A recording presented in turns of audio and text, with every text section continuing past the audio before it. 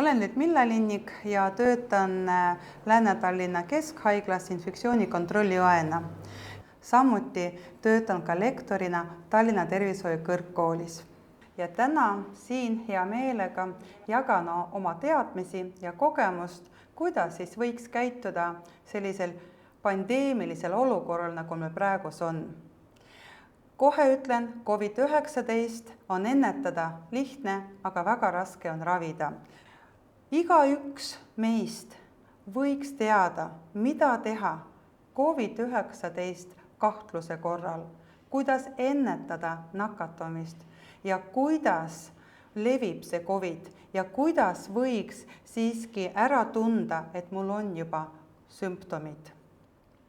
Siin on väga ilus pilt, mis näitab, et tegemist on piisknakkusega. Kui inimene kõva häälega räägib, aevastab, köhib, siis moodustavad suured süljepiisad. Nad on suured, rasked, nad kukkuvad esimesel võimalusel maha. Siiski võivad moodustada ka aerosooli osakesed, mis on piisavalt väiksed, nad on kerged ja seetõttu nad on õhus natukene pikemat aega kui suuremad süljepiisad. Ehk kuni 3 tundi me võime need üles korjata, olles nakatunud inimesega väga lähedal. Siin on siis üks video, mida ma soovitan kõikidel vaadata. Siin, kui te vaatate, siis te näete, et kuidas köhimisel, aevastamisel tekivad süljed, kui kiiresti kukub see kõige suurem osake ja kuidas tekib ka see väike selline pilveke, kus on need aerosoolid, mida me saame sisse hingata.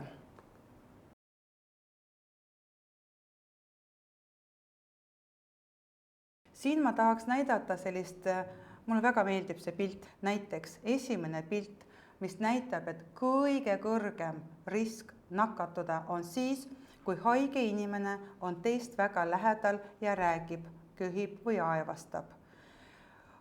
Samuti on väga kõrge risk, kui minul, kes ma olen terve, on kaitsemask ja minuga hästi lähedal distantsi ei hoid, on haige inimene, kes aevastab, köhib või minuga kõva häälega räägib, siis nakatamise risk on kõrge. Keskmine nakatamisrisk on siis, kui haige inimene on maskiga ja mina kui terve ei ole maskiga. Aga te saate aru, need on need riskikohad, kus nakatumine toimub. On see kõrge või keskmine nakatumine toimub. Nüüd see kollane tsoon, kus ikkagi nakatumine on madal, on siis, kui mõlemad inimesed on kaitsemaskidega. Kui meil on nakatamiste arv praegu kõrge, kui te olete kinnistes ruumides, siis on oluline, et teil on kaitsemask ees. Kõige parem kaitsemask ja distants, sest te olete kuulnud korduvalt, et ainult kaitsemaski kandmine ei anna teile kaitset. Nakatumine siiski on võimalik. Aga kui on kaitsemaski ja distantsi hoidmine, see tõstab seda ohutustsooni. Kõige parem on ka siis, kui oled haige, jää koju. Näitan teile, kuidas ennast kaitsta, et vältida viiruse levikut. Me vajame kaitsemaski, aga enne, kui me võtame kaitsemaski kasutusele, peaks tegema korrektse kätehügieeni. Selleks me vajame käte antiseptikumi, õiget kogust, 2 vajutust. Alustame kätehügieeniga. Sõrmede vahel.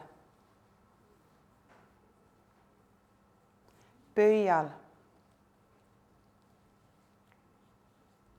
sõrmeotsad, küünealused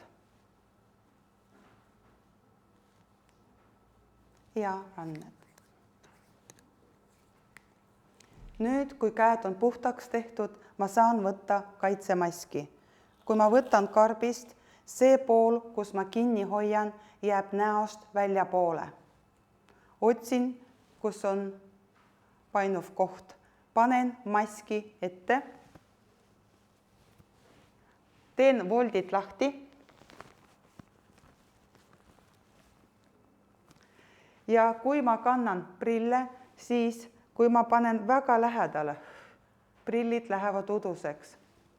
pange prillid natukene ettepoole. Saate kanda prille ja kaitsemaski. Lõug on kaetud, nina ja suu on kaetud. See on korrektne maski kandmise viis. Maski äravõtmine, väga oluline. Samuti kõigepealt teen kätte antiseptikat, nii nagu oli ka alguses näidatud. Kõik käeosad tuleb puhtaks teha.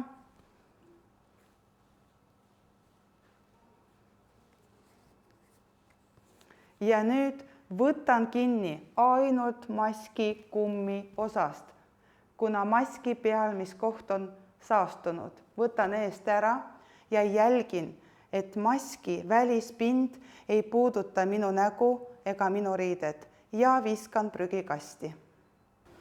Jõudsime sinna, kus me saaksime teha kokkuvõtted.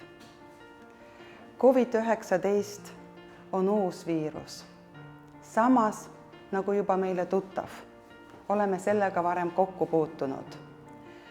Pole teada, kui kaua kestab immuunsus, kui me oleme seda läbi põdenud. Pole teada, kuna tuleb vaktsiin, mis meid kaitseb. Aga on teada, kuidas võiks vältida selle viiruse levikut. Kõik on meie kätes ja meie teadmistes. Mõelge sellele, kõik koos me suudaks seda levikut pidurdada või vähendada seda riski, eriti nendele inimestele, kelle kohta võiks öelda, see on väga oluline. Väldime koos, kandke kaitsevahendid, tehke korrektset kätehügieeni, see aitab. Püsige tervena.